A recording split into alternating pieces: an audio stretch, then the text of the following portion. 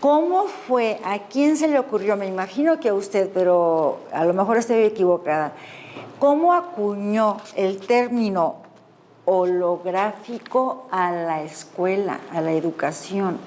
¿Cómo lo acuñó? ¿Cómo lo amalgamó? Podría haber dos vertientes de las cuales yo podría hablar en este momento. Una desde el punto de vista de la ciencia terrestre y otra que es de la no terrestre. Pero me voy a constreñir en este momento sobre lo que es o lo que dice la ciencia terrestre. A raíz de los estudios de Karl Pribram, un neurocirujano muy importante en este campo de la ciencia, él quería detectar dónde se aloja la memoria dentro del cerebro, porque tenemos varios mitos también ahí, de que la memoria se aloja en el hipotálamo, la intuición está en la glándula pineal, etcétera, ¿no? En el hipocampo tenemos otras funciones, entre comillas.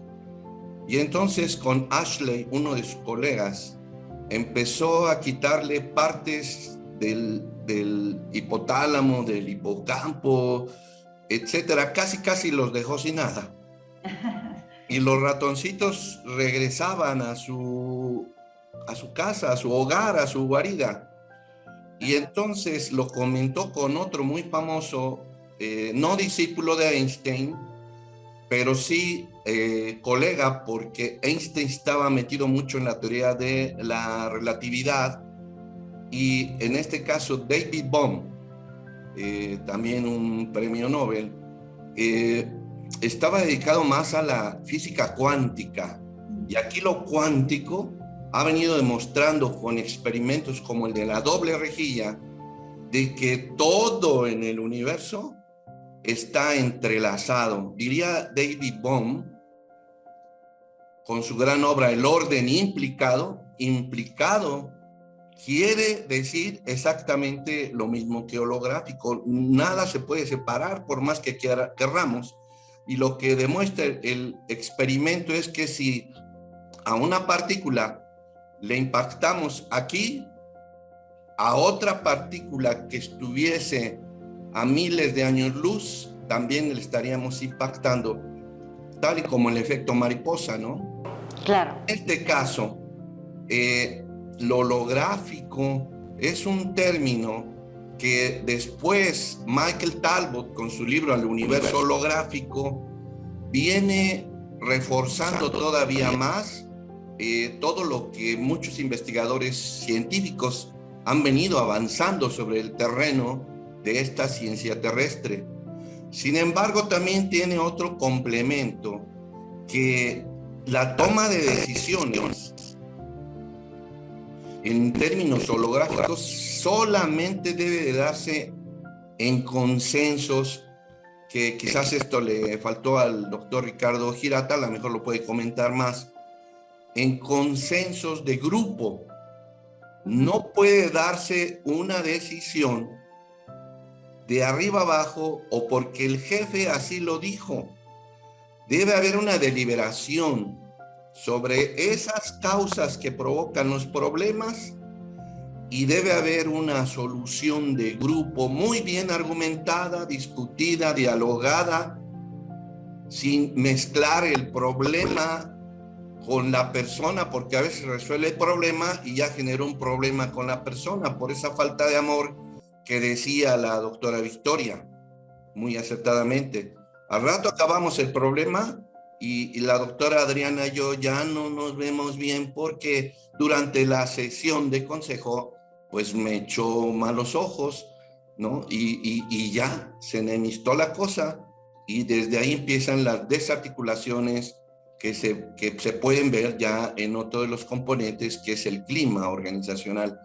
Entonces, esto podría yo decir globalmente sobre el tema. ¿A quién nos quiere presentar en este momento que participe con su artículo o intervención. Está con nosotros el gran maestro Juan Carlos Palafox Pérez de Salazar, quien ha trabajado mucho con la UNESCO y se ha especializado muchísimo en temas de la educación, trabajando en México y creando programas y políticas muy importantes durante su estancia aquí en México. Y le pediría a Juan Carlos, que tiene la palabra. Adelante, bienvenido y mucho gusto, maestro Juan Carlos Palafox, con el tema la evaluación formativa de tipo holográfico, responsabilidad compartida. Buenas tardes. Buenas tardes, un placer. Veo que me escuchan. Sí. Antes que nada, agradecerles, doctora Adriana y doctor Luis Cortés, esta amable invitación. Al contrario, poder participar en este coloquio con relación a la publicación que nos hizo el favor de invitarnos a participar el doctor Cortés, con un tema realmente novedoso, de que supone una posición más avanzada del concepto de educación y de cómo se debe de ver este fenómeno, que quizás es el fenómeno más cultural de los fenómenos sociales, donde la mayor parte de las personas en su edad escolar dedican al menos 4 horas y media todos los días, de todas las semanas, de todos los meses, de todos los años escolares, a diferencia de otras actividades que las asume uno eventualmente. En este caso la educación es distinta y en ese sentido es que la preocupación por la misma y por su trascendencia en la construcción de la sociedad y la construcción del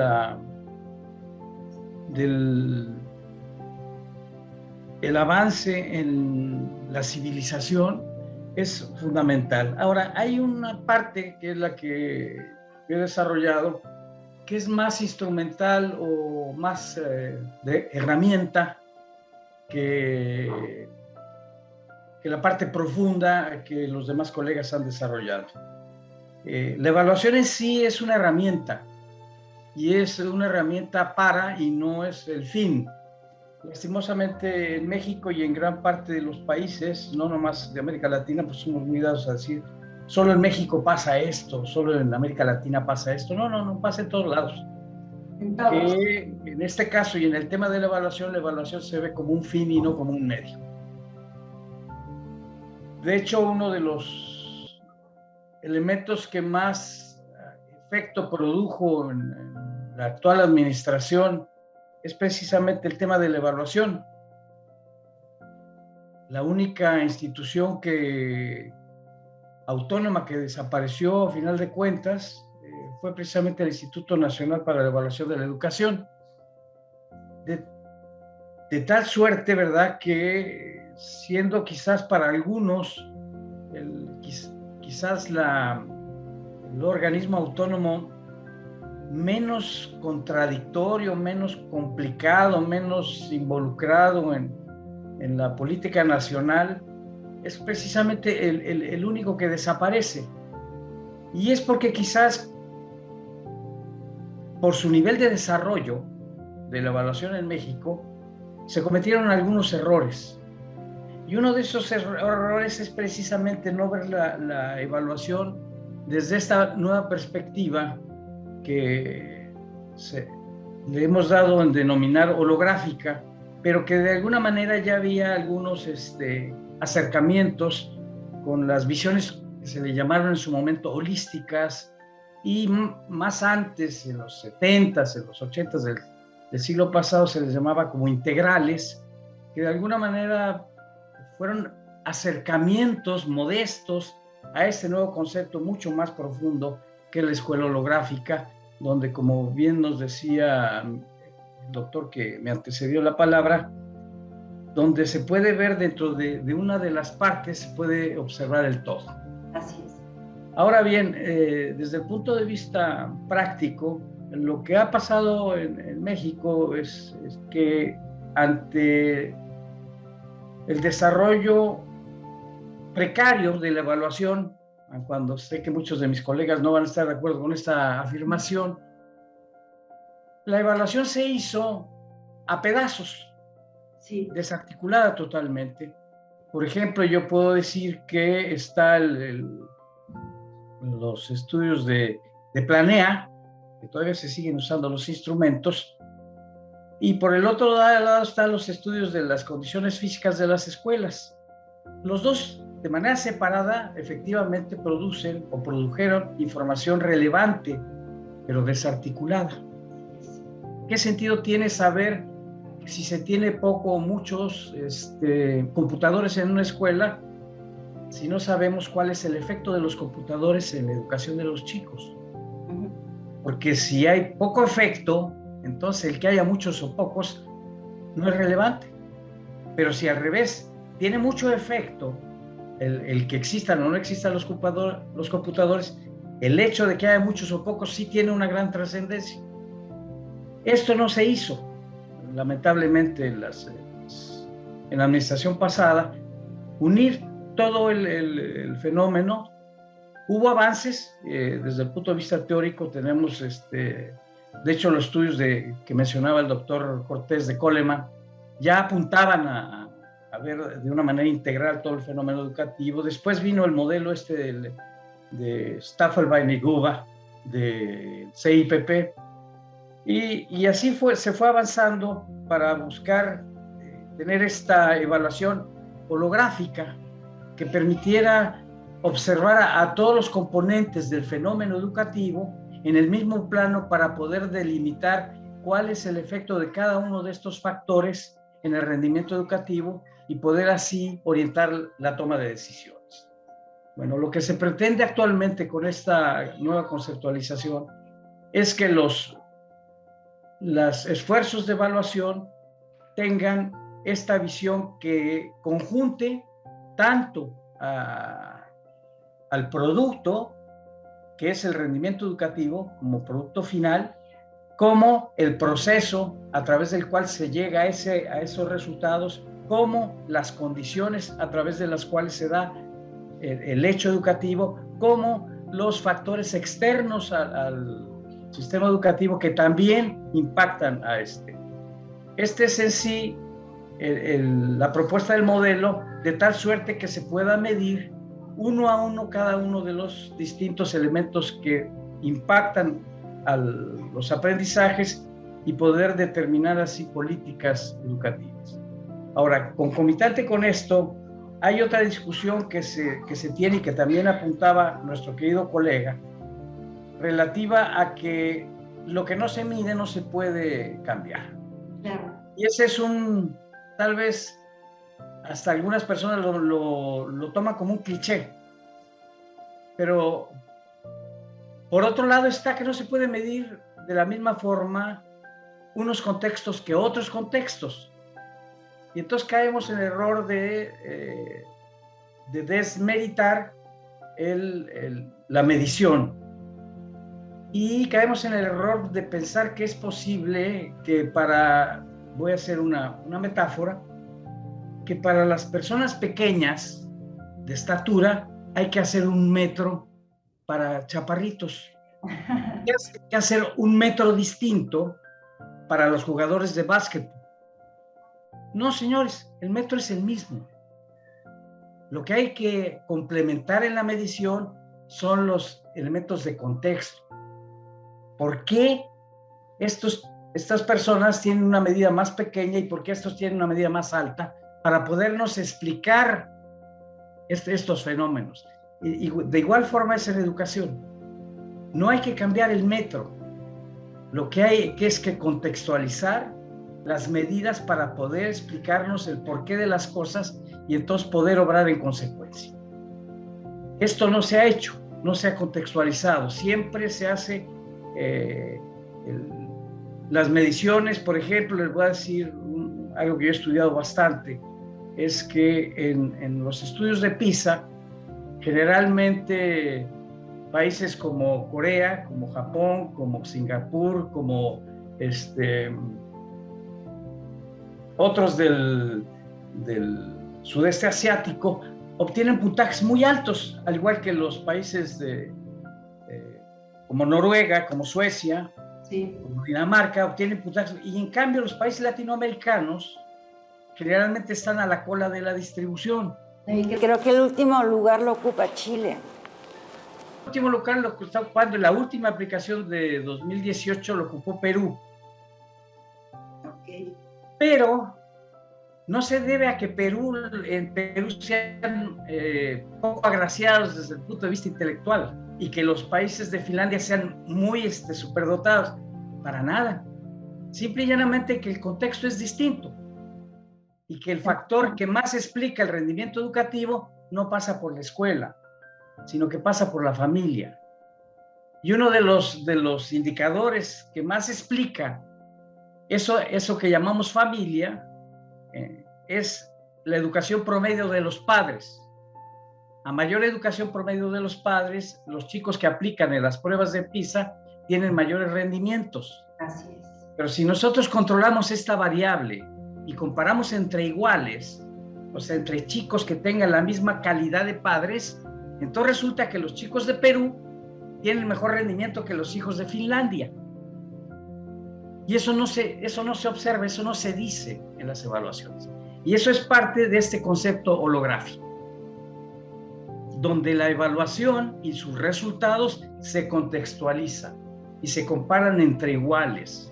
Esto es por un lado. Por otro lado, esta misma evaluación se pretende que sea el resultado de la operación de los instrumentos de evaluación en la escuela y que sean los propios docentes quienes apliquen la evaluación sobre sus propios alumnos, porque en general los estudios que se han hecho nos hablan de lo que sucede en Estados Unidos, como es Coleman, lo que sucede en otras instancias de otros países europeos que no tienen nada que ver con nuestra realidad, que es además una realidad cambiante. Entonces, la idea es que todo este proceso involucre a todos los componentes que tienen impacto en los aprendizajes y en los rendimientos educativos en el lugar in situ, para que las respuestas que se den y las recomendaciones de política surjan de la realidad nuestra y no de lo que sucede en otros contextos. Eso diría yo como una forma de tratar de explicar que la evaluación tiene que ir, no es en sí la solución, sino es el medio. Y este medio tiene que adecuarse a la visión y al modelo pedagógico que está detrás de la propuesta educativa. Maestro Juan Carlos Palafox, nos podríamos pasar horas y horas porque la evaluación, a mi punto particular de vista, no sé si coincidan ustedes, es la médula de que la educación cambie porque te da indicadores, pero aparte es un tema muy complejo porque hablamos de estadísticas, de estudios, de instrumentos de evaluación y todo un engranaje es como armar un rompecabezas de muchísimas piezas y hacer los análisis y los estudios indicados para ser precisos y saber qué cambios hacer de acuerdo a ciertos parámetros o contextos como usted lo menciona. Pero yo le agradezco mucho su participación muy valiosa y pues sin duda alguna todas las participaciones van a promover que este libro forme parte de la biblioteca tanto de docentes como de padres de familia, porque créanme que está escrito en un lenguaje entendible, ameno para todos. No es un lenguaje solamente educativo, lo podemos asimilar en las personas. Gracias, saludos, y estamos en contacto para seguir promoviendo este libro y conociendo más de quienes lo escribieron. Por lo tanto, recuerde que esta es mi presentación número 100 y estamos presentando un libro, un documento valioso de 100. Entonces, pues esta presentación es una presentación de Miss Book especial y nos va a llevar varias sesiones, presentar todo el contenido, todos los 10 autores que están aportando un novedoso producto para la educación. Y gracias por acompañarnos en este episodio de los Book de Adriana García y nos vemos con este libro, La Escuela Holográfica, el próximo viernes.